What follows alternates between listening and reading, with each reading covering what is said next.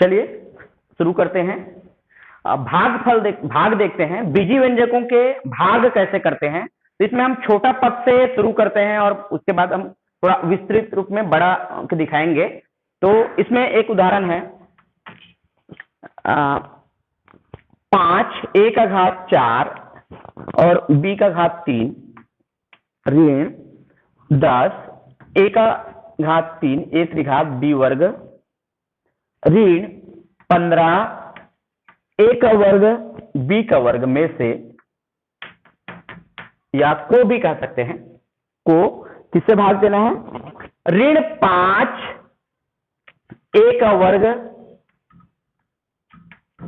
b का वर्ग से। अब में से लिखे हैं तो का लिखेंगे, है ना, यहाँ को लिख दिए तो से लिखेंगे। देखिए ये भाज्य है, जिसको भाग देना है वो भाज्य है, जिससे भाग दिया जाता है वह भाजक कहलाता है। 5 a with power 4 b cube minus 10 a cube b square minus 15 a square b square में से minus 5 a square b square का भाग देना है। तो देखिए यहां पर मैं ये जिक्र कर रहा था, ये एक पद है, देखो गुणा में है, रनिंग में अगर बीच में प्लस या माइनस का चिन्ह जैसे नहीं है, जैसे x ऋण 1 हो जाता है ना, x ऋण 1 हो जाता तो ये द्विपदी कहलाता है। तो ये द्विपदी नहीं है, मात्र एक ठन है। 5a स्क्वायर b स्क्वायर, उसका चिन्ह हालांकि ऋणात्मक है, लेकिन पद सिर्फ क्या है? एक पद है। तो जब एक पदी से भाग देते हैं तो भाग देने के तरीका ये है, भाज्य के प्रत्येक पद को उस एक पदी से भाग देते हैं। जैसे एक बार तो हम भाग देते हैं, मतलब किसमें लिखते हैं? बटा के रूप में लिखते हैं। ऋण 10 a त्रिघात b वर्ग ऋण 15 a वर्ग, इस प्रकार से लिख लीजिए। और बटा के रूप में एक बार हम ऐसे उतार लेते हैं 5a स्क्वायर b स्क्वायर है minus 5a square b square. अब देखिए ऊपर का जो है भाज्य है ना, उसको भाग दे रहे हैं, नीचे का जो है वो भाजक है। और आप देखते हैं जैसे बटा का चिन्ह है तो भाग का ही संकेत बताता है ना, भाग दे रहे हैं। अब देखिए इस एक पद, अगर ये एक पद में है एक पदी है, तो प्रत्येक पद को, भाज्य के प्रत्येक पद को इससे भाग देते हैं। आप गणित में देखे होंगे, अगर डिवाइड में कोई संख्या है कोई व्यंजक का, तो प्रत्येक पद में वो भाग जाता है ना, प्रत्येक पद में उसको भाग दिया जाता है। जैसे 5 a का घात 4 b त्रिघात बटा, सब में उसको बटा करके अलग अलग लिख सकते हैं ऐसे, 5 a का वर्ग b का वर्ग। अब ये यहाँ का जो बीच का जो चिन्ह है उसको उतारते जाइए, ऋण 10 a त्रिघात b वर्ग। चूंकि यहाँ पर संयोग से ये भी ऋणात्मक है, और जब दोनों ऋणात्मक आ जाए अंश में और हर में, है ना, तो वो धनात्मक हो जाता है। चाहे एक बार लिख सकते हैं आप 5 a का वर्ग b का वर्ग, और ये ऋण चिन्ह उतारते हैं, ऋण 15 a का वर्ग b का वर्ग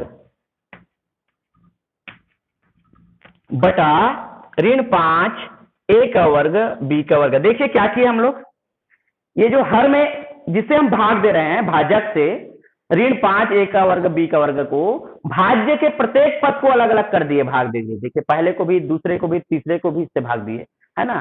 तो ये विस्तार रूप है, आप देखते हैं गणित हम पढ़े हैं इसके पहले। अगर हर समान है तो हम एक बार लिखते हैं और पूरा ऊपर का जो निर्देश है चिन्ह के आधार पर उतार लेते हैं। तो उसी का हम विलोम चल रहे हैं, प्रसार कर रहे हैं, ठीक है। तो प्रत्येक पद को भाग हो गया। अब जानते हैं जब भाग देना होता है तो गुणांक को गुणांक से भाग देते हैं, और चर का अगर आधार समान है तो घातांक के नियम हम कल देखे हैं, अगर चर का आधार समान है तो घात को घटाते हैं, किसमें? भाग में। तो देख लीजिए यहां पर लिख सकते हैं सीधे सीधे, ये तो 5 से 5 कैंसल हो गया, ऋण चिन्ह जो है ऊपर जाएगा, है ना। ध्यान रखना, जैसे हम ऋणात्मक है कोई संख्या, 1 बटा ऋण 4 है, लेकिन इसको हम लिखते हैं ऋण 1 बटा 4। अगर मान नीचे हर में भी अगर ऋणात्मक है तो लिखते समय उसको अंश में ले जाते हैं, पूरे भिन्न जो है वो ऋणात्मक कहलाता है ना। तो इसी प्रकार अगर यहाँ पर डिवाइड में भी कुछ आता तब भी माइनस जो है वो ऊपर चला जाता है, ऊपर लिखा जाता है उसके बाद, ठीक है। तो 5 से 5 जो है कैंसल हो गया, गुणांक का भाग गुणांक से करते हैं। अब ये देखते हैं समान चर है क्या, यहाँ भी ये है, यहाँ भी ये है, तो समान चर है, b भी है तो b भी है ना। तो एक नियम है घातांक का, a विथ पावर x का ले सकते हैं, x विथ पावर m बटा x with power n equal to x with power m minus n, है ना। एक्स की पावर m अपॉन एक्स की power n equal to x की पावर m माइनस n। मतलब क्या करते हैं, जब आधार समान है तो अगर और भाग दे रहे हैं हम चरांक को, है ना, या घातांक को, तो क्या करते हैं उसके घात को घटा देते हैं। आधार को एक बार लिखते हैं, देखिए 5 से 5 तो कैंसिल हो गया। अब a को एक बार लिख लीजिए। अब ऊपर वाला जो घात है, अंश का घात में हर के घात को घटाते हैं। 4 में 2 घटेगा। इसी प्रकार b के घात भी ऊपर में कितना है, 3 है, और नीचे में 2 है, तो 2 घटा देंगे। ध्यान दीजिए इस प्रकार से। अगला स्टेप है, ये देखिए दोनों माइनस आ गया है। जब दोनों दो ऋणात्मक आ गया तो ये धन में आ जाएगा, प्लस में आ जाएगा। ठीक है, प्लस में आ जाएगा अगर दोनों ऋणात्मक है तो। चलिए अगला, 10 को 5 से भाग दिए तो कितने बार जाएगा, 5 दूने 10, है ना, 2 बार गया। हम हर में जो राशि है, पद है, उससे भाग दे रहे हैं अंश वाले को, है ना, तो 2 बार गया, 5 दूने 10। अब देखते हैं, जैसे पहले नियम मैं बताया, घातांक नियम हम कल ही देखे हैं। अगर आधार समान हो और वह भाग हो रहा हो तो क्या करते हैं, उसके घात को घटा देते हैं और आधार को सिर्फ एक बार लेते हैं। मतलब एक बार a लिखेंगे, ऊपर वाला जो घात है, ऊपर वाला जो पावर है, उसमें नीचे वाला पावर को घटाते हैं। इसी प्रकार b का घात यहाँ 2 है ना, यहाँ पर गैप हो जा रहा है लिखने में, और यहाँ पर भी 2 है, तो 2 में 2 घटा देंगे। अगला स्टेप हो जाएगा, यहाँ पर ये देखिए दोनों ऋणात्मक है तो धन में आएगा। 5 से 15 काटेंगे, 3 बार जाएगा, 5 से 15। अब एक सेम है, चाहे तो आप जानते हैं सेम है तो कैंसल हो जाता है ऊपर नीचे, लेकिन हम एक नियम से बना सकते हैं। 2 में 2 घटाए और b का घात भी 2 में 2 घटाए। इसको चाहे तो समान है तो कैंसल हो जाता है, हम जानते हैं, लेकिन एक नियम से बनाए तो इस प्रकार से ये बनेगा। चलिए अब आगे देखते हैं। 4 में 2 घटेगा, है ना, अलग अलग चिन्ह है, धनात्मक ऋणात्मक। 4 में 2 घटेगा तो 2 आएगा। 3 में 2 घटेगा तो 1 आएगा, और 1 को ऐसा अलग से लिखने की जरूरत नहीं है, हम b भर लिख दिए तो उसका घात 1 है ना। अब देखिए यहाँ पर 2 को उतार लिए, a का घात 3 में 2 घट रहा है तो 1 बचेगा, और 1 बचेगा मतलब क्या है, वो उसको लिखने की जरूरत नहीं है, a का घात 1 करके a लिख दिए, मतलब 1 घात है। अब b का घात 2 में 2 घटा, मतलब क्या हो गया, b का घात 0 हो गया। इसको एक बार नोट कर लेते हैं, धन 3, a का घात भी 0 और b का भी घात 0। और आप देखे होंगे कल हम घातांक पढ़े हैं, x का घात अगर 0 है तो उसका मान 1 होता है। अर्थात सिर्फ x का ही नहीं होता, कोई भी राशि हो, चाहे चर हो चाहे अचर हो, अगर उसका घात 0 है तो उसका मान 1 होता है। तो क्या हो जाएगा, वो ऋण a वर्ग b। देखिए b का घात क्या हो गया, 0, तो 1 हो गया। अब 1 हो गया मतलब 1 से गुना होगा, 2 गुना a गुना b, ऐसा है, 2 गुना a गुना 1 हो गया। तो 1 से कोई भी संख्या को हम गुणा करते हैं तो उसका मान में परिवर्तन नहीं होता, तो धन 2a भर रहेगा। ध्यान दीजिए यहाँ पर b का घात 0 का मान 1, a का भी घात 0 का मान भी 1, b का घात 0 का भी मान 1, तो सीधा सीधा यहाँ पर सिर्फ 3 आएगा। क्यों, क्योंकि 3 गुना 1 ऐसा लिखते हैं उसको, तो वो लिखाएगा 3। तो इस प्रकार से अगर एक पदी हो, भाजक जिससे भाग दिया जाता है, अगर भाजक जो है एक पदी हो तो हम इस पद्धति का प्रयोग करते हैं। ठीक है, समझ में आ रहा है ना, लाग तो नहीं है यहाँ पर। चलिए आगे बढ़ते हैं। तो ये एक पदी का हो गया, आसान सा है, एकदम कठिन नहीं रहता। और हम आगे बढ़ते हैं, है ना। इस प्रकार से उदाहरण तो आप पूरा बना ही लेंगे, है ना। ऐसे सबके अपान में करना, जितने भी पद है भाज्य का, उसके बटा में भाजक को सभी में करना है। इस प्रकार से गुणांक को गुणांक से भाग देना और देखना कि आधार समान है क्या। आधार समान है तो वही अपना घातांक का नियम लगा दीजिए। अगर घातांक का नियम आपको पता नहीं है तो सीधे सीधे काट लीजिए। यहाँ पर a 4 बार आया है, यहाँ a 2 बार आया है, तो 2 बार कटेगा तो 2 बार बचेगा।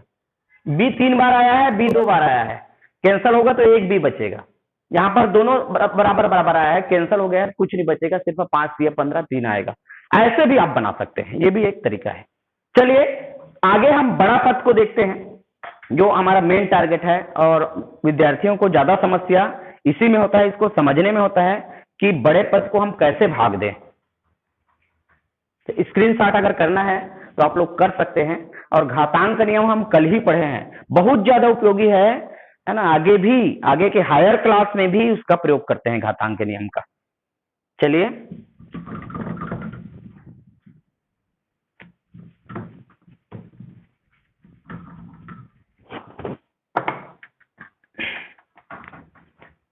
एक बहुपद है, सीधे से मैं लिख देता हूं, एक्स वर्ग धन 20x धन 91, इसको भाग देना है ना, इसको भाग देना है। देखिए इस प्रकार से आप कर सकते हैं, इसको ऊपर में भी बना सकते हैं, है ना, ऐसे कर लीजिए और ऊपर में यहां लिख लीजिए, जगह बचा के रखना है ऐसे ऊपर में, इसमें भागफल आएगा। देखिए एक्स वर्ग धन 20x धन 91 जो है वो भाज्य है, इसको भाग देना है x धन 7 से, है ना। ये प्रश्न जो है, जो देख रहे हैं अभी, ये 8वीं कक्षा का प्रश्न है।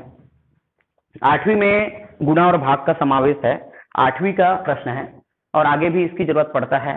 x धन 7 से x वर्ग धन 20x धन 91, इसके पहले मैं इसको छोटा सा एक बार इस क्लास को और लिया था, कंप्लीट नहीं हो पाया था, उसमें जो उदाहरण मैं एक बार बताया था उसको छोड़ के मैं दूसरे उदाहरण यहाँ पर और प्रस्तुत कर रहा हूं। तो किस प्रकार से इसको भाग दें, देखिए मैं प्रश्न को पूर्णतः नहीं लिखा हूं। x वर्ग धन 20x धन 91 को x धन 7 से भाग दीजिए, है ना। जिसको भाग देते हैं भाज्य है और जिससे भाग दिया जाता है भाजक है। तो देखिए इसके पूरे नियम स्टेप बाय स्टेप आप देखते जाइए, बहुत ही आसान है तरीका इसका। हम भाज्य के प्रथम पद को, क्या है भाज्य का प्रथम पद, x वर्ग, भाजक के प्रथम पद से भाग देते हैं। ये देखिए भाज्य के प्रथम पद को भाजक के प्रथम पद से भाग देते हैं। चाहे तो इसको घातांक से भी आप बना सकते हो। देखिए इसका घात 1 है और इसका घात 2 है, आधार समान हो तो घात को घटाते हैं, 1 तक घात 2 में 1 घटाए तो x आएगा, है ना। या ये समझिए, ज्यादा लंबा चौड़ा में नहीं जाना है तो एक तो 2 बार आया है ऊपर में, अंश में 2 बार आया है, हर में 1 बार आया है। जब कैंसल हो जाएगा, ऐसे भी लिख सकते हैं आप, एक आइडिया के लिए रफ कार्य है ये। तो ये देखो x का वर्ग का मतलब क्या है, किसी संख्या के वर्ग का मतलब क्या है, उसको उसी संख्या को गुना में 2 बार लिखते हैं, x गुना x। तो 1 तो कैंसल हो गया, तो सिर्फ क्या बचा, x, और जो बचेगा वही भागफल का प्रथम पद होगा। देखिए क्या किए, भाज्य के प्रथम पद में भाजक के प्रथम पद को भाग दिए और जो प्राप्त हुआ वही भागफल का प्रथम पद है। अब क्या करना है, इस भागफल के प्रथम पद को भाजक के साथ पूरा गुणा करना है। हम परसों देखे थे क्लास, गुणा, बीजी पदों का गुणा, उसी नियम का यहां पर आप पालन कीजिए। गुणा और भाग इसलिए आया है कि गुणा भी हो रहा है यहां पर। अब देखिए क्या किए, पहले भाज्य के प्रथम पद को भाजक के प्रथम पद से भाग दिए, जो प्राप्त हुआ मान वह भागफल का प्रथम पद है, और उसी से हम भाजक को पूरे को गुणा कर रहे हैं। और गुणा का नियम आप जानते हैं, x का गुणा दोनों के साथ होगा, x गुना x धन x गुना 7। देखिए x का गुणा x से किए, मध्य में जो चिन्ह है उसको उतार लिए क्योंकि दोनों धनात्मक है तो धन ही रहेगा, और x का गुणा 7 से कर रहे हैं। अब देखिए गुणा करते हैं तो घातांक का नियम क्या कहता है, आधार समान है तो घात को जोड़ दो, आधार समान है तो घात को जोड़ दीजिए। x का घात 1 और 1 जुड़ेगा तो x का घात 2 हो जाएगा, 1 धन 1, है ना, धन 7 गुना x 7 नहीं लिखते है ना, हम जब लिखते हैं चर अचर को एक साथ रनिंग में तो पहले अचर को लिख लो 7 को और उसके बाद x को, है ना, घात में कभी नहीं जाएगा, ध्यान देना, ये गुणांक है, 7 एकम 7 x। तो क्या मिला यहां पर, x वर्ग धन 7x, ये कहां रहेगा, भाज्य के जस्ट ऐसे नीचे लिखेंगे, इस प्रकार से नीचे इसको लिखेंगे 7x, नीचे लिखिए। अब लाइन खींच दीजिए। अब आप जानते हैं घटाते हैं, भागफल में भाग देते हैं तो क्या करते हैं हम, जो एक बार प्रोसेस हुआ उसको घटाते हैं, है ना। तो घटाने पर जो नीचे में पद रहता है, हम उस दिन देखे योग और अंतर भी देखे हैं, याद होगा आप लोगों को।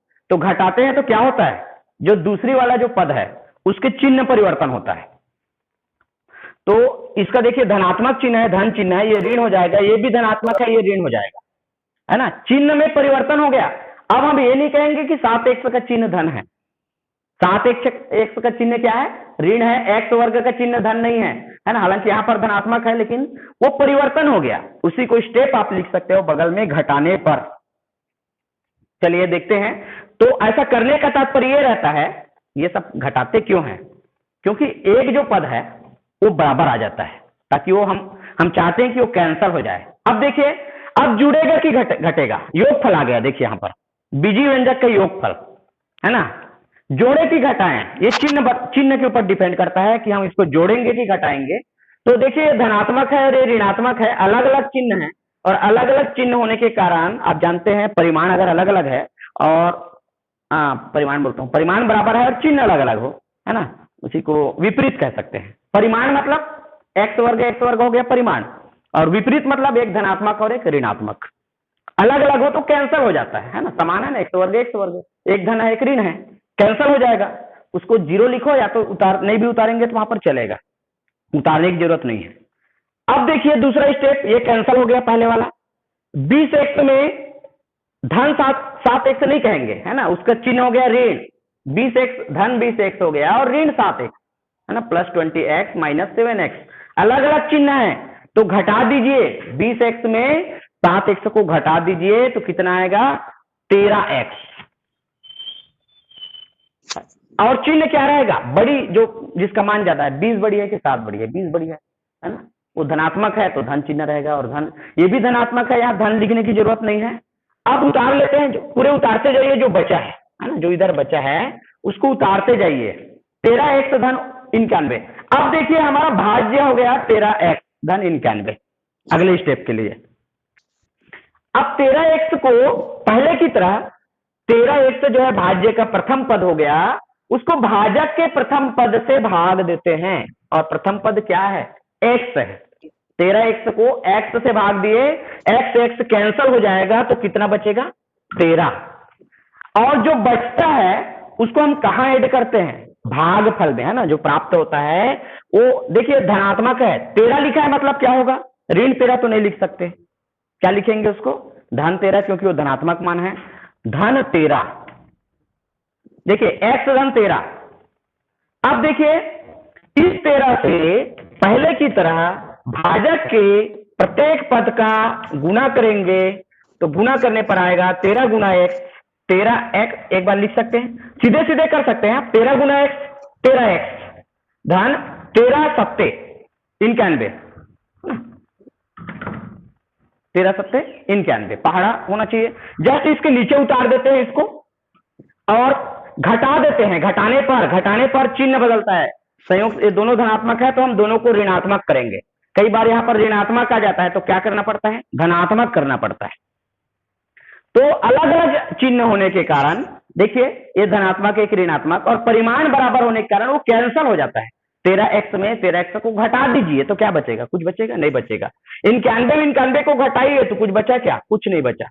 हम सभी के लिए एक साथ शून्य लिख सकते हैं। कितना भी शून्य लिखो मतलब वही है, शून्य ही होता है। कुछ बचा क्या? नहीं बचा, मतलब पूरा के पूरा भाग चला गया। अब देखिए यदि भाजक से भाज्य पूरा भाग चला जाता है, शेषफल शून्य आता है, तो वह गुणा का खंड है। भाजक इस भाज्य के गुणा का खंड है, ठीक है, मतलब गुणनखंड है कहेंगे। पूरा भाग गया, शेषफल कुछ भी नहीं बचा तो गुणनखंड है। गुणनखंड और गुणनफल, है ना, पहले ही बता चुका हूं। गुणनखंड गुणा का टुकड़ा, एक टुकड़ा 107 है। अगर इसको फैक्टर निकालें तो एक 107 भी आएगा गुणा के खंड में। ध्यान रखना, भाजक से भाज्य पूरा भाग जाता है, शेषफल शून्य आता है, तो हम कहेंगे भाजक भाज्य का गुणनखंड है। और भागफल जो प्राप्त हुआ x धन 13, इसको जरूर आप एक बार लिखिए भागफल क्या आया, और आप चेक भी कर सकते हैं फार्मूला से। भागफल बराबर आया है x धन 13 और शेषफल, है ना, बराबर आता है शून्य, है ना। चेक करने उतना नहीं बोलते उसको, फार्मूले से टेस्ट कीजिए करके, हमको ये प्रक्रिया तो पता चल जाए, है नहीं। वो तो गुणा करने की प्रक्रिया है, भाग कैसे करते हैं ये पता चल जाना चाहिए। चलिए अगला देखते हैं। बड़ा उदाहरण और लिख देते हैं, स्क्रीनशॉट अगर करना है तो कर लीजिए, कम से कम 2 उदाहरण और हो जाए तो इसमें हमारा क्लियर हो जाएगा। इसलिए मैं प्रश्न को और एक बार रिपीट उसको नहीं कर रहा हूं, सीधा बनाना शुरू कर रहा हूं। चलिए अगला है, थोड़ा बड़ा देखते हैं।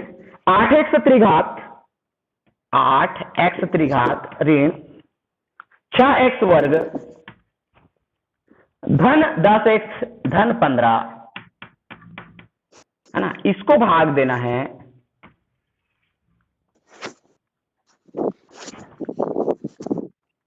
4x धन 1 से, 4x धन 1 से। कई बार पूछ देते हैं क्या भाजक भाज्य का गुणनखंड है, तो अभी पिछले प्रश्न में क्या उत्तर रहेगा उसका, है, क्योंकि पूरा पूरा भाग चला गया और पूरा भाग नहीं जाता, शेष बच जाता है, तो हम बोलेंगे भाजक भाज्य का गुणनखंड नहीं है। चलिए देखते हैं, पहले की तरह हम प्रोसेस करते हैं, है ना, भागफल जो है ऊपर लिखा जाएगा। तो देखिए भाज्य का प्रथम पद क्या है, भाज्य का प्रथम पद 8x त्रिघात को भाजक के प्रथम पद से क्या करते हैं, भाग देते हैं, है ना। भाज्य के प्रथम पद को भाजक के प्रथम पद से भाग देते हैं, तो आप जानते हैं एक गुणांक के रूप में आ गया है, 8 को 4 से पहले भाग दे देंगे, 4 दूने 8 2 बार गया, और यहां पर x 3 बार आया है और यहाँ x 1 बार आया है, तो ऐसे ही आप कैंसिल कर सकते हैं, 3 ठन x गुना x बटा x, एक कैंसिल हो जाएगा तो x वर्ग बचेगा। 3x में एक कैंसिल हो गया, या 3 में 1 घटा दो घातांक के नियम से, तो ये हमारा थोड़ा तो 2x वर्ग आया, 4 दूने 8 और 3x में 1 x कैंसिल हो गया तो x वर्ग बचेगा।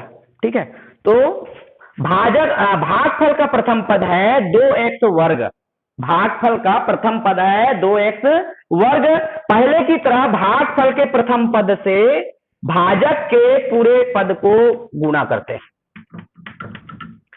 तो 2x वर्ग का गुणा सीधे सीधे कर दो तो ज्यादा अच्छा रहेगा, आप लोग स्टेप और बढ़ाने के बजाय, है ना, एक आध और उदाहरण हो जाता है। 2 चौक 8, x 1 का घात 2 और 1 का घात 1 जुड़ेगा तो 1 का घात 3 हो जाएगा, 2 और 1 3। आप जानते हैं जब आधार समान हो चर का गुणा कर रहे हैं तो उसके घात को जोड़ते हैं। एक स्टेप लिख सकते हैं, 2x का वर्ग का गुणा 4x से धन 2x वर्ग का गुणा 1 से। अब देखिए 4x से गुणा हो गया, है ना, 2 चौक 8, 1 का घात 3।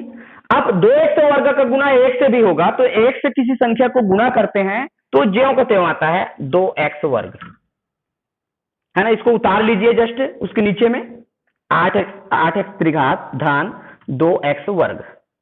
अब क्या करते हैं, घटाते हैं, और घटाने में जो हर में हर बोलता हूं, हर नहीं है, मतलब नीचे में जो लिखते हैं संख्या पद लिखते हैं उसके चिन्ह में परिवर्तन हो जाता है, ये धनात्मक है ये भी धनात्मक है, तो दोनों क्या हो जाएगा, ऋणात्मक हो जाएगा। पहले की तरह एक धनात्मक है एक ऋणात्मक है और बराबर है तो कैंसिल हो जाएगा, ये वाला कैंसिल हो जाएगा। अब बताइए ये वाला दूसरा वाला ऋण 6x वर्ग और यह है ऋण 2x वर्ग, अलग अलग चिन्ह नहीं है, यहाँ पर एक जैसा चिन्ह है, ये भी ऋणात्मक है ये भी ऋणात्मक है। ध्यान दीजिए 2x वर्ग का चिन्ह जो है पहले धन था, धनात्मक था, क्योंकि हम घटाते हैं तो इसका नया चिन्ह में परिवर्तन हो गया और उसका चिन्ह हो गया ऋणात्मक, है ना। तो दोनों ऋणात्मक है, तब क्या होगा, योगफल के नियम से, है ना, दोनों समान चिन्ह वाला है तो क्या करेंगे, उसको जोड़ेंगे, है ना, समान चिन्ह वाला जुड़ जाता है, तो 6 और 2 8, और चर जो है ज्यों का त्यों रहेगा। और अगर ऋणात्मक है दोनों तो ऋण चिन्ह लिखेंगे यहाँ पर, ध्यान दीजिए, अगर ऋणात्मक है तो यहाँ पर ऋण ऋण धन नहीं होता योगफल में, वो गुणा में होता है, माइनस और माइनस को प्लस करते हैं ना, जब गुणा हो रहा हो तब करते हैं, और योग हो रहा हो तो उस माइनस को लिखना ही पड़ेगा, दोनों ऋणात्मक है तब भी हम उसको लिखेंगे। अब इधर का जो पद है उसको ज्यों त्यों उतार लीजिए, पूरे उतार लेते हैं, है ना। ये 2 ठन में यहाँ पर देखते हैं घात बराबर होना चाहिए ना, कभी कभी ऐसा होता है घात वाला जो है वो इधर यहाँ पर लिखा रहता है, मैच नहीं करता। देखते हैं ये 3 घात वाला है तो उसके नीचे में 3 वाला, 2 वाला है तो 2 वाले को लिखते हैं, और लगभग एक क्रम से ही है। और ऐसे भी दे सकते हैं घुमा के प्रश्न को, है ना, आगे पीछे दे दिए, जैसे ज्यादा घात वाला दे दिए कम दे दिए तो उसी के नीचे में लिखना होता है। अब देखिए हमारा भाज्य का प्रथम पद क्या है, ये समझ में आया होगा। भाज्य का प्रथम पद है ऋण 8 एक्स वर्ग, इसको भाजक के प्रथम, देखो भाजक का प्रथम पद वही ले रहे हैं हर बार, है ना, क्योंकि भाजक है। और भाज्य जो है हमारा इधर नया और बदल जाता है, ये पूरा तो है, मेन तो ये मूल भाज्य तो ये है, लेकिन अभी जो भाग दे रहे हैं तत्काल में, तत्काल के लिए भाज्य देखते हैं यहां पर। तो इसका पहला पद क्या है, ऋण 8 एक्स वर्ग, पूरे चिन्ह सहित उसको लिखिए, ऋणात्मक है तो धनात्मक तो आ ही जाता है। अब 4 एक्स से भाग देते हैं, अब देखिए एक ऋण और एक धन है तो ऋण में आएगा, भाग दे रहे हैं, है ना, गुणा और भाग में समान रूप से चिन्ह का जो नियम है वो लागू होता है। दो ऋणात्मक है, भाग भी दे रहे हैं चाहे गुणा कर रहे हैं तो धन में आएगा, और एक ऋणात्मक और एक धनात्मक है तो ऋण में आएगा। 8 को 4 से भाग दीजिए, 4 दूने 8। अब यहाँ पर 1 घात 2 है, 1 घात 1 है, तो एक कैंसल होगा तो सिर्फ बचेगा x, तो ऋण 2x वहां पर जो प्राप्त हुआ वह भागफल का अगला पद है। अब उस ऋण 2x से भाजक के प्रत्येक पद का गुणा होगा, गुणा कर दीजिए। तो यहां पर भी मैं थोड़ा फास्ट करना चाहूंगा समय को देखते हुए। 2 का गुना 4 से, 4 दूने 8, x का गुना x से करते हैं तो 1 घात और 1 घात करके हो जाएगा 2 घात, है ना। समझ में नहीं आ रहा होगा क्या यहाँ पर आप लोगों को, है ना, क्लियर?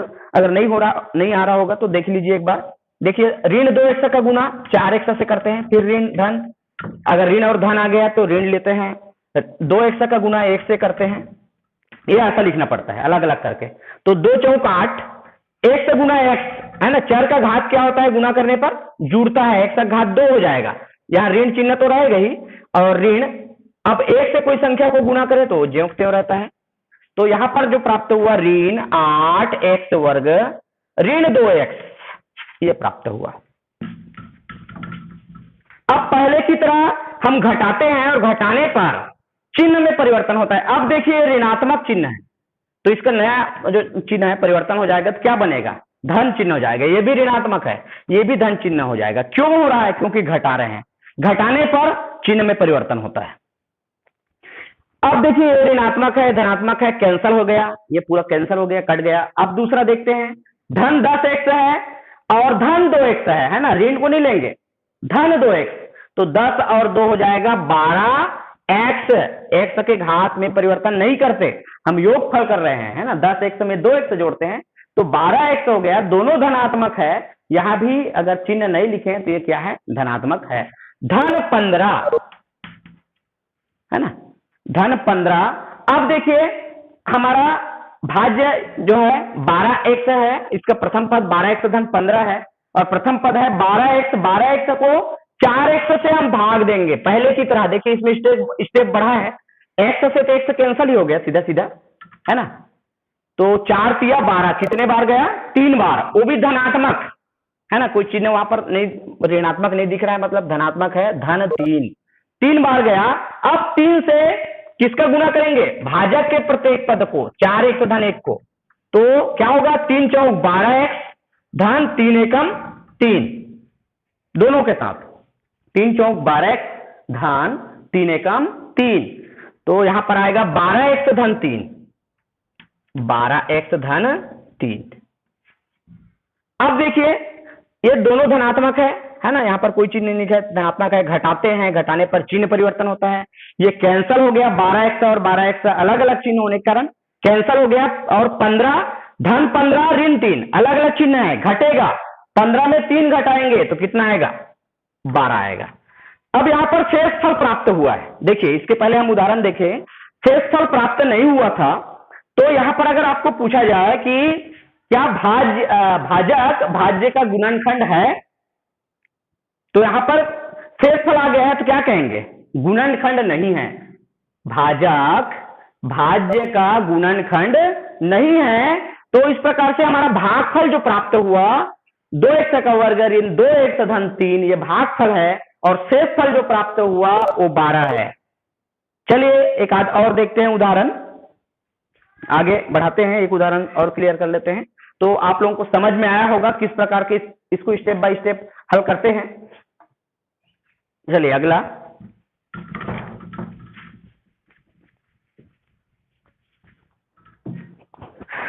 अलग चल लेते हैं। m वर्ग ऋण 3m धन 7, इसको भाग देना है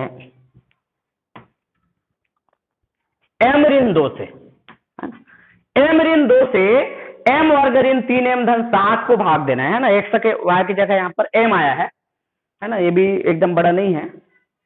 चलिए देखते हैं, पहले की तरह हम क्या करते हैं, भाज्य के प्रथम पद को भाजक के प्रथम पद से भाग देते हैं। देखिए भाज्य का प्रथम पद, भाज्य क्या है, m वर्ग ऋण 3m धन 7, प्रथम पद है m वर्ग, उसको भाग देते हैं किससे, भाजक के प्रथम पद से। m ऋण 3 भाजक है, सॉरी m ऋण 2 भाजक है, तो m से भाग देंगे उसको। यहाँ पर 2m आया है, m वर्ग मतलब m कितने बार आया है, ऐसा लिख सकते हैं m गुना m बटा m, एक जो है कैंसिल हो जाएगा तो एक बचेगा m। या घातांक के नियम से बना सकते हैं, है ना, आधार समान है तो घात को घटाइए, 2 में 1 घटाते हैं तब भी 1 आता है, और m का घात 1 मतलब m, है ना। तो कितने बार गया, m बार गया, है ना, भाग देने पर। तो पहला जो पद है भागफल का वो m है, उस m से गुना भाजक के प्रत्येक पद को करेंगे। तो देखिए m गुना m का गुना m से m गुना m, एक माइनस है एक प्लस है तो माइनस को लेंगे, m गुना 2, गुना करने पर चर का घात, है ना, m भी चर है, चर का घात जुड़ता है, तो m का गुना m से करेंगे तो एक घात और एक घात करके क्या हो जाएगा, जुड़ेगा तो 2 घात हो जाएगा। m का वर्ग, m गुना m का वर्ग ऋण 2 गुना m, या m गुना 2 तो 2m, पहले गुणांक को लिख लीजिए, अचर को फिर चर को, तो m वर्ग ऋण 2m, यहां आया m वर्ग ऋण 2m। अब देखिए घटाते हैं, घटाने पर नीचे में जो पद रहता है उसका चिन्ह बदलता है, यह धनात्मक है ना, ध्यान देना, जहां पर चिन्ह नहीं है, चिन्ह नहीं लिखा रहता है वो धनात्मक रहता है, ये ऋणात्मक हो जाएगा।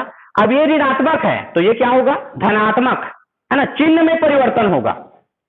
तो चिन्ह में जब परिवर्तन होगा तो अब देखिए क्या, इसको हल करते हैं, योगफल करते हैं, योगफल में दोनों आ जाता है, गुना सॉरी योग और अंतर। तो देखते हैं m वर्ग और ऋण m वर्ग, है ना, अलग अलग चिन्ह है और उसका परिमाण जो है बराबर है, तो कैंसिल हो जाएगा, कुछ नहीं बचेगा, यहां से कैंसिल हो गया, चाहे तो आप 0 भी लिख सकते हैं। अब दूसरा देखिए ऋण 3m धन 2m, है ना, एक ऋणात्मक है एक धनात्मक है और अलग अलग है, समान नहीं है, तो एक ऋणात्मक और एक धनात्मक रहता है ना, समान चिन्ह रहता है तो घटा देते हैं दो राशियों का। तो घटाएंगे 3m में 2m घटाएंगे तो 1m आएगा, 3m में 2m घटाएंगे तो 1m आएगा, और 1m मतलब सिर्फ m, है ना, क्योंकि m का गुना 1 से करते हैं तो m ही आ जाता है, इसलिए क्या लिखते हैं m। और देखते हैं बड़ी संख्या कौन सा है, 3 बड़ी है कि 2 बड़ी है, 3 बड़ी है, उसका चिन्ह लिखते हैं, है ना। तो ये ऋणात्मक है, ये धनात्मक है, क्या रहेगा, ऋण रहेगा, और जो शेष है उसको उतार लेते हैं, ऋण m धन 7, ऋण m धन 7। अब क्या करते हैं, ये भी हमारा अगला जो है भाज्य बन गया है आगे, है ना, भाज्य तो मुख्य रूप से ये है m वर्ग ऋण 3m धन 7, लेकिन अभी तत्काल के लिए भाग दे रहे हैं उसके लिए। तो भाज्य के जो प्रथम पद है ऋण m, इसको भाजक के प्रथम पद से भाग देते हैं। अब देखिए यहां पर क्या आएगा, कैंसल हो गया तो क्या आएगा, है ना, यहाँ पर 1 का गुना रहता है, 1 बार जा रहा है, अगर m बटा m रहता तो 1 आता, लेकिन ऋण है इसलिए ऋण 1, यहाँ पर जो आया ऋण 1, है ना। या 2 तरीका से इसको लिखा जा सकता है, कल मैंने बताया कि आप जैसे ऋण 1 करके ऋणात्मक को ऐसे लिख सकते हैं, एक 5 वाला आया था, ऋण 5 वाला, ऋण 5 का त्रिघात निकालना है तो कैसे निकालना है, तो इसी प्रकार इसको भी लिख सकते हैं, ऋण 1 का गुना m से बटा m, तो m कैंसिल होगा तो कितना आएगा, ऋण 1। अब जो भागफल का अगला पद है वो है ऋण 1। अब इस ऋण 1 से हम किसका गुना करते हैं, भाजक के प्रत्येक पद का, तो ऋण 1 का गुना m से, और ये देखिए ये भी माइनस है ये भी माइनस है, तो ऋण ऋण हो जाएगा, धन 1 का गुना 2 से। देखिए ऋण 1 का गुना m से, ये दोनों ऋणात्मक होने के कारण हम धन लिखे, और 1 का गुना 2 से, तो 1 से करेंगे तो वो ऋण m आएगा, है ना, कोई भी संख्या को 1 से गुना करते हैं तो उतना ही आता है, लेकिन ऋणात्मक चिन्ह आएगा ही, ऋण चिन्ह, धन 2 एकम 2, तो इसको उतार लीजिए, ऋण m धन 2। अब देखिए यहां पर घटाते हैं, घटाने में जो नीचे में पद है उसका चिन्ह बदलेगा, ऋण है तो ये धन हो जाएगा और धन है तो ऋण हो जाएगा। ये कैंसल हो गया है ना, ऋण एम और धन एम घटाएंगे तो कुछ नहीं बचेगा। अब देखिए ये धनात्मक है, धन 7 है, ऋण 2 है, अलग अलग चिन्ह हो गया, घटाएंगे 7 में 2 घटाएंगे तो 5 बचेगा। अब इसका चिन्ह क्या होगा, जो 7 का चिन्ह है, बड़ी संख्या का चिन्ह है, वो चिन्ह रहेगा। तो ये धनात्मक है तो ये भी धनात्मक है। तो शेष फल यहाँ पर प्राप्त हुआ 5 और जो भागफल प्राप्त हुआ एम ऋण 1, एम ऋण 1 हो गया भागफल और शेष जो प्राप्त हुआ शेष फल वो आया 5। यहां पर भी भाजक भाज्य का गुणनखंड नहीं है क्योंकि शेष फल आ गया है, भाजक भाज्य का गुणनखंड नहीं है। तो ये 3 उदाहरण से हम क्लियर किए हैं और हमारे पास 5 मिनट और समय है, अगर कोई डाउट हो, है ना, आपका गुणा और भाग से कोई भी समस्या हो तो स्टूडेंट लोग या कहीं से भी रहे, सर लोग भी अगर कुछ पूछना चाहें या तो शेयर करना चाहें कोई जानकारी तो आप लोग जरूर बताइए, है ना। मात्र 5 मिनट में ही एंड होगा, इसके बाद है ना 45 हो गया और 50 में हो ही जाता है एंड। तो और कोई समस्या हो तो बताइए, या तो हम ऐसा कोई टॉपिक हो तो उसको बताइए जिसको हम शुरू करें पढ़ाने के लिए। अगला जो जैसे हमारा क्लास है उसमें कौन सी टॉपिक को हम शुरू करें, है ना। आप लोग म्यूट को ऑन करके अपना बता सकते हैं तो उसमें भी ठीक रहेगा। कोई टॉपिक अगर आप लोग बताते हैं तो भी ठीक रहेगा और ज्यादा से ज्यादा विद्यार्थियों को जोड़ने में भी आप लोग अपना सहयोग प्रदान करेंगे। राहुल जी धन्यवाद। हाँ सर जी, हाँ हाँ हाँ हाँ सर, ये 5 मिनट है सर, हम चाहे तो देख सकते हैं लेकिन मैं संवाद भी कई बार हो नहीं पाता। तो वही है कि अगर कोई समस्या हो कोई भी प्रकार से स्टूडेंट लोगों का, या कहीं पर कोई दिक्कत आ रहा हो कि यहाँ पर क्या करेंगे या ये वाला उदाहरण समझ में नहीं आया, है ना, बहुत सारा है बुक में उदाहरण, तो उस पर भी आप जानकारी ले सकते हैं। या कोई टॉपिक को इसके बाद पढ़ाना है, शुरू करना है ना, हम अपने हिसाब से, मेरे हिसाब से मैं टॉपिक ले रहा हूँ, कोई टॉपिक है जो दिक्कत होता है तो ऐसे भी अगर रहेगा तब भी बनेगा, है ना, उसका हम डिटेल करेंगे। ये समझ में आया। इधर दामिनी है ना, दामिनी है जो जुड़ी हुई है और मीनाक्षी भी है इधर, है ना। तो समझ में आया कि नहीं आया, इधर आप लोग ऑन करो तो अपना साउंड, है ना, आया कि नहीं आया। ये जो है 8वीं का है और 8वीं में इसको पढ़ना है ना, पूरा स्टेप बाय स्टेप इसको किया हूँ। आप लोग इसका वीडियो भी मैं मतलब अपलोड करूंगा, उससे भी आप लोग एक दो बार रिपीट कर लेना, है ना। एकदम आसान सा प्रोसेस है भाग देने का। और क्लास में आप लोग ना सही समय में 9 बजे तक तो जुड़ ही जाइए, 9:01 तक लगभग जुड़ जाइए, है ना। शुरू करने में भी हमको लेट हो जाता है और थोड़ा से वो ऑटोमेटिक खत्म भी हो जाता है। और इसके एक आध दिन प्रयास का भी कम से कम 1-1.5 घंटा ना अच्छे अच्छे जो ट्रिक है और नए तरीके से क्या पूछा जा सकता है इसका भी कलेक्शन करके एक दिन लेंगे प्रयास वालों के लिए। और बताइए कोई दिक्कत हो तो। हेलो, आज तो थोड़ा कम ही पार्टिसिपेंट है नहीं, स्टूडेंट लोग अगर कोई समस्या हो तो आप लोग, और हमारे बीच में जितने भी सर लोग जुड़े हैं उनका बहुत बहुत धन्यवाद।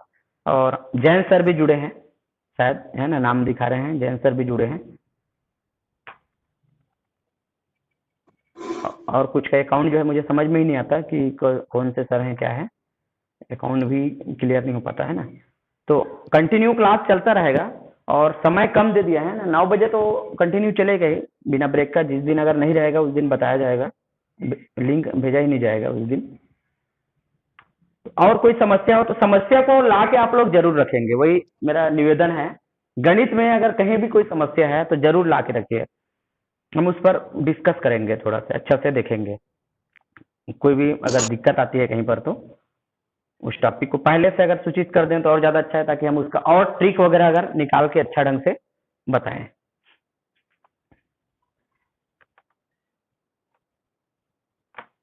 और सर जी, हेलो, वैष्णव सर जी, हेलो। हाँ सर जी। हाँ ठीक है सर, साउंड ठीक रहा, सेटअप वगैरह ठीक है ना सर, कोई डिस्टर्ब नहीं हुआ आज ना। हाँ हाँ हाँ, चलो ठीक है सर, ये कुछ ही देर में ख़त्म हो गई। तो ये जो है आपका भाग जो है इस प्रकार से है, मतलब गुणा भी डिफरेंट है इसमें, है ना। भाग करते हैं लेकिन गुणा का प्रोसेस है, योगफल का भी प्रोसेस है। पूरे नियम सीख जाइए, जोड़ना घटाते कब हैं, जोड़ते कब हैं, घात में परिवर्तन कब होता है। तो गुणा और भाग का जोड़ने घटाने पे नहीं बदलता, जोड़ने घटाने पर तो सिर्फ गुणांक ही बदलता है। और जब हम गुणा करते हैं तो घात जुड़ता है, और भाग करते हैं तो घात को घटाते हैं। वो भी समान चर होना चाहिए, है ना। घात जो भी रहे, जिसको सजाती भी कर सकते हैं, वो होना चाहिए। तो एकदम ज्यादा कठिन नहीं है ये जो प्रक्रिया है।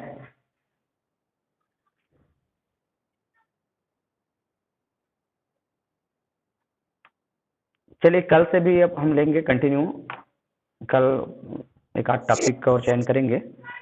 ये टाइम भी एंड होने ही वाला है स्वतः।